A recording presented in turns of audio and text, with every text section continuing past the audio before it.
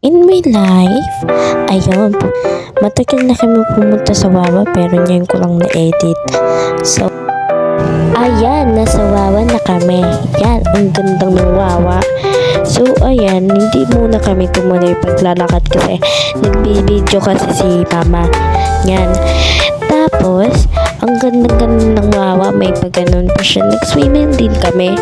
Kaso lang hindi naman nisend yung mama ko nung nagsiswimming kami. Ayun.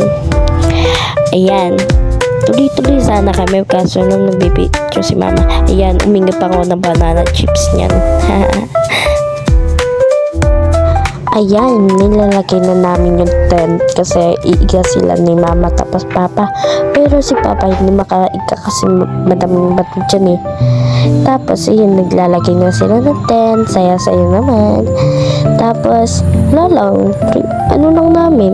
Kasi kanina, nag-ano sila, parang iniisip na lang, wag na lang maglagay ng tent. Tapos, naglagay pa talaga kasi hindi naman siya ginamit yung nakaraan kasi binili niya ni Mama yan tent na yan, hindi pa nila ginagamit.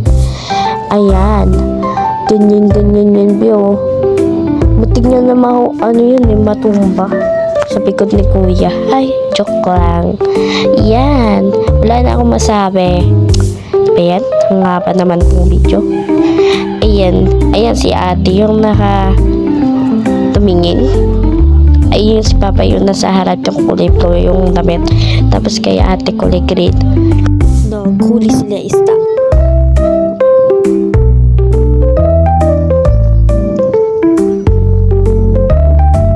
Maganda-ganda lang yung view na yan.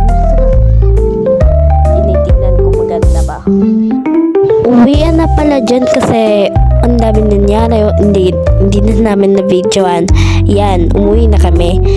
Natawa ko nga dyan pinakita ko yung mukha ni Kuya. Ayan, nasa likod niya pala kami. Nakakatakot ba eh. Oo. Truck pala yung ginagamit namin. Hindi yung, alam mo na, car ba yung iniisip mo? Wag yun. So, ayun. Akala mo din ba na? Joke lang. Yun na nga, pauwi na kami. Kaso lang, nandiyan kami sa labas. Baka kaya. Last, hindi ko pala napakita sa inyo. Ayan.